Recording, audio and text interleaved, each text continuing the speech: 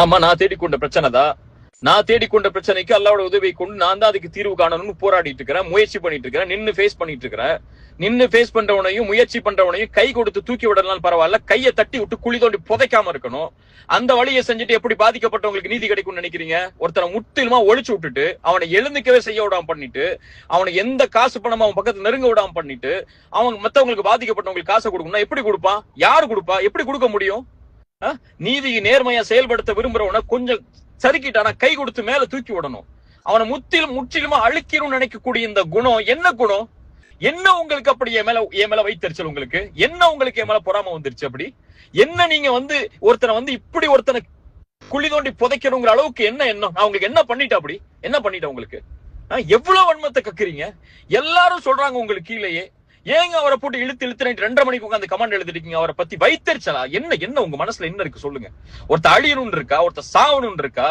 இல்ல செத்து போனா நிம்மதி அடைவீங்க? அன்னைக்கே கேட்டேன், ஒருத்தருடைய மௌத்து தான் உங்களுக்கு நிம்மதி கொடுக்குமா? என்ன செய்ய விரும்புறீங்க?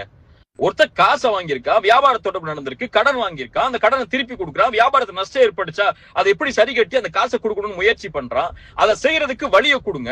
அல்லது ஒரு தரப்பை மட்டும் கேட்கறீங்க, இன்னொரு தரப்பை கேட்க மாட்டேங்கிறீங்க. என் தரப்புல ஒரு வார்த்தை இந்த மாதிரி காசு கொடுக்குற சொன்னாங்களே, இவங்களுக்கு ஏதாவது கொடுத்துருக்கீங்களா? என்ன அடிப்படையில வாங்கியிருக்கீங்க? எந்த அடிப்படையும் இல்லாம சும்மா வாய்க்கு அந்த மாதிரி உட்கார்ந்து எழுதிக்கிட்டும், வாய்க்கு அந்த மாதிரி மத்தவங்க சொல்றதை கேட்டுக்கிட்டு நீங்க செய்யக்கூடிய இந்த விதமும் எந்த அடிப்படையில நியாயம்னு சொல்லி யார் வந்து நிப்பா? உங்க தரப்புல இருக்கக்கூடிய கேள்விகளை நான் கேட்டா நீங்க தாங்குவீங்களா? இவ்வளவு வருஷம் பொருளாதாரங்கிறீங்கல்ல, பொருளாதார குற்றச்சாட்டுங்கிறீங்கல்ல, எந்த அடிப்படையில் நடத்துறீங்க?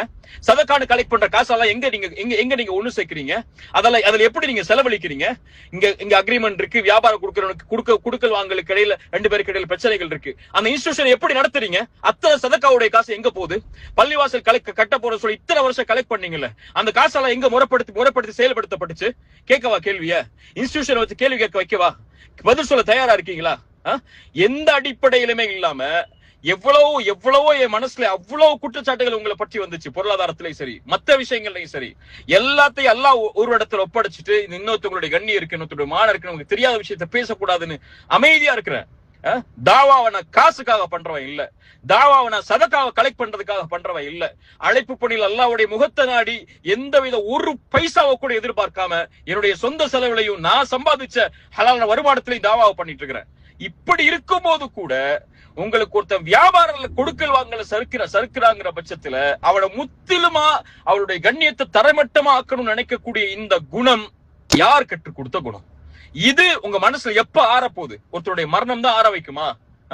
அல்லாஹ் நீங்க செய்த குற்றங்களை முதல்ல பாருங்க. உங்களை பத்தி வந்த அத்தனை குற்றச்சாட்டுகளை நான் இப்ப பேச ஆரம்பிச்சேன்னா நல்லா இருக்காது. அல்லாஹ்விடத்துல நீங்க தௌபா செய்யுங்க. நான் செய்யறேன். நான் அல்லாஹ் பயப்படணுமா? அல்லாஹ் பயப்பட வேண்டிய கடமை இருக்கு. நான் திருத்திக் கொள்ளணுமா? 1000 திருத்திக் கொள்ள வேண்டிய கடமை இருக்கு. குறைகள் இருக்கு, 1000 குறைகள் இருக்கு. நான் மீளணுமா? 1000 முறை அல்லாஹ்விடத்துல மீளவன் இருக்கு. ஆனா ஃபலா துஸக்கு அன்ஃபுஸக்கும் அதை மட்டும் மனசுல வச்சுக்கோங்க. அல்லாஹ் ஒருவனுக்கு தான் தெரியும் அவனை யார் பயப்படுறா, யார் எந்த பிரச்சனையில இருந்து மீள ஆசைப்படுறா, யார் அவனுடைய பாதையில மீண்டும் திரும்பி வர ஆசைப்படுறான்னு சொல்லி உங்களை திருத்திக் கொள்ளுங்க. நான் இவ்வளவு நாள் இவ்வளவு கண்ணியத்தோட இருந்தேன். ஆனா நீங்க இவ்வளவு கீழ்த்தரமா ஒரு மனிதனுடைய வாழ்க்கைய, ஒரு மனிதனுடைய குடும்பத்தை முற்றிலுமா தரைமட்டமா ஆக்கணுங்கிற எண்ணத்தை கொண்டு செயல்படுறீங்க தெரிஞ்சதுக்கு அப்புறம் இனிமே எப்படி அந்த கண்ணியத்தை உங்களுக்கு நான் கொடுக்க முடியும் எனக்கு